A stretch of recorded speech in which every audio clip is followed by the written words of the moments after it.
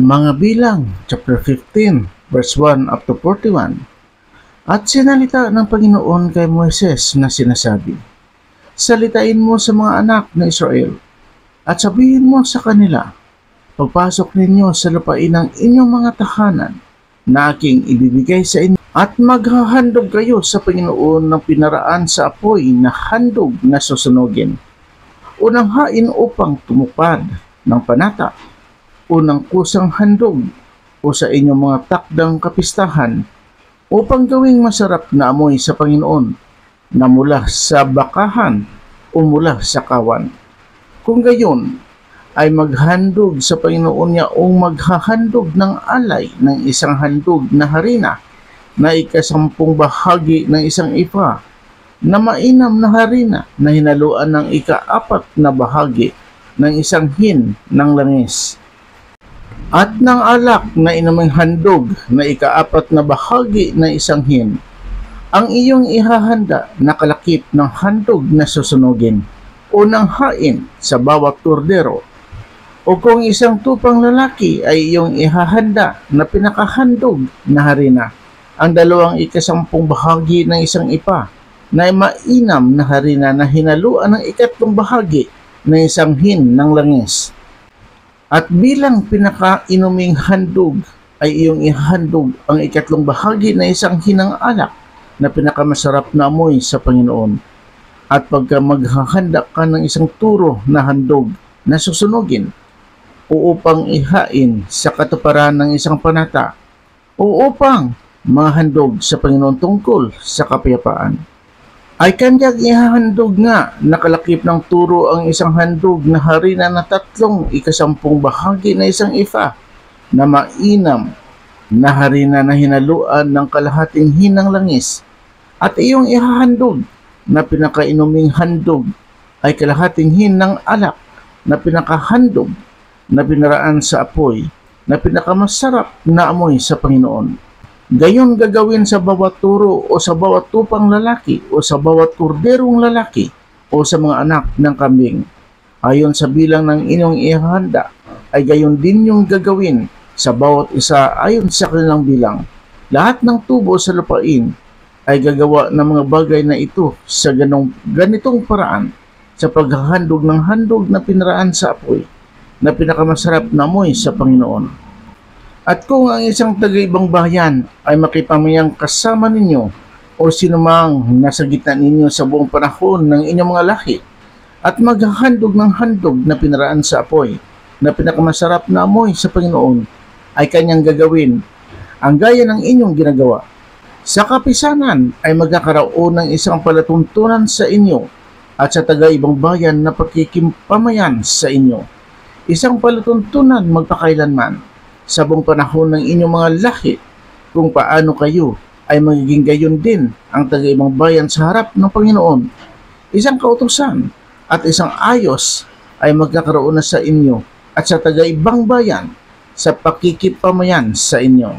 At sinalita ng Panginoon kay Moises na sinasabi, "Salitain mo sa mga anak ng Israel at sabihin mo sa kanila, pagpasok ninyo sa lupaing aking pinagdadalhan sa inyo, ay mangyayari nga ng pagkain ninyo ng tinapay sa lupain, ay maghahandog kayo ng isang handog na itinaas sa Panginoon.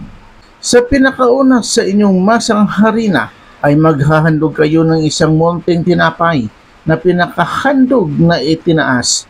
Kung paano ninyo ginagawa ang handog na itinaas tungkol sa giikan, ay gayon ninyong itataas ito sa pinakauna sa inyong masang harina, ay magbibigay kayo sa Panginoon ng isang handog na itinaas sa buong panahon ng inyong mga lahi.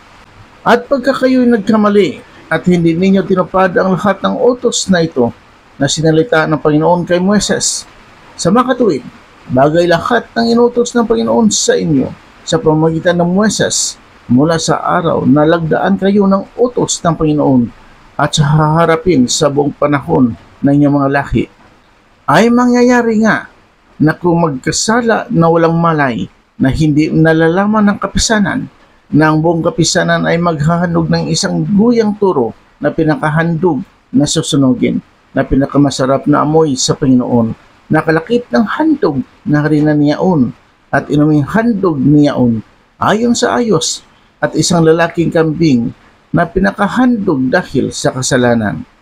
At itutubos ng saserdote sa buong kapisanan ng mga anak ng Israel at sila'y patatawarin sapagkat isang kamalian at kanilang dinala ang kanilang alay na handog sa Panginoon na pinaraan sa apoy at ang kanilang handog dahil sa kasalanan sa harap ng Panginoon dahil sa kanilang kamalian.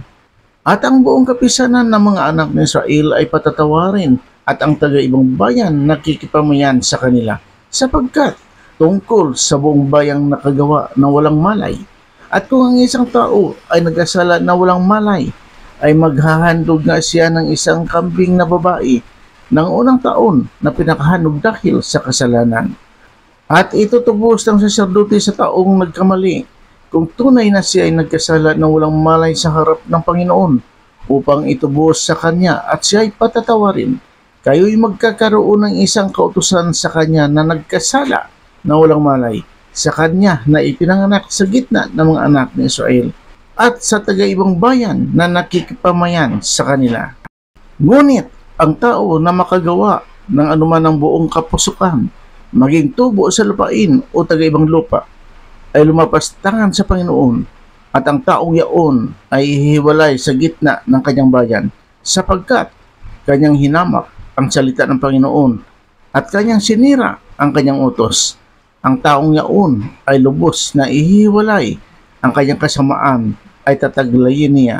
At samantala ang mga anak ni Israel ay nangasailang ay nakasumpong sila na isang lalaki na namumulot ng kahoy sa araw ng Sabat at silang nakasumpong sa kanya na namumulot ng kahoy ay dinala siya kay Moses at kay Aaron at sa buong kapisanan at kanilang inilagay siya sa bilangguan sapagkat hindi pa ipinahahayag kung ano ang gagawin sa kanya. At sinabi ng Panginoon kay Moses, ang lalaki ay walang pagsalang papatayin, babatuhin siya ng buong kapisanan sa labas ng kampamento at inilabas siya ng buong kapisanan at sa kampamento at kanilang binato siya hanggang sa mamamatay ng mga bato gaya ng inuutos ng Panginoon kay Moses. At sinalita ng Panginoon kay Moses na sinasabi, salitain mo sa mga anak ng Israel at sabihin mo sa kanila na sila'y gumawa ng mga tirintas sa mga laylayan ng kanilang mga damit sa buong panahon ng kanilang mga laki at kanilang patungan ang tirintas ng bawat laylayan ng isang panaling bughaw. At sa inyo'y magiging isang tirintas upang inyong mamasdan at inyong maalaala ang lahat ng mga utos ng Panginoon at inyong tuparin at upang huwag kayong sumunod sa inyong sariling puso at sa inyong sariling mga mata na siya inyong pinangaapid upang inyong maalaala at gawin ang lahat ng aking mga utos at maging banal kayo sa inyong Diyos.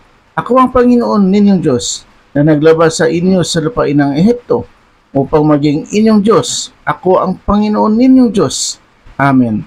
Please subscribe, like and share. Salamat. God bless.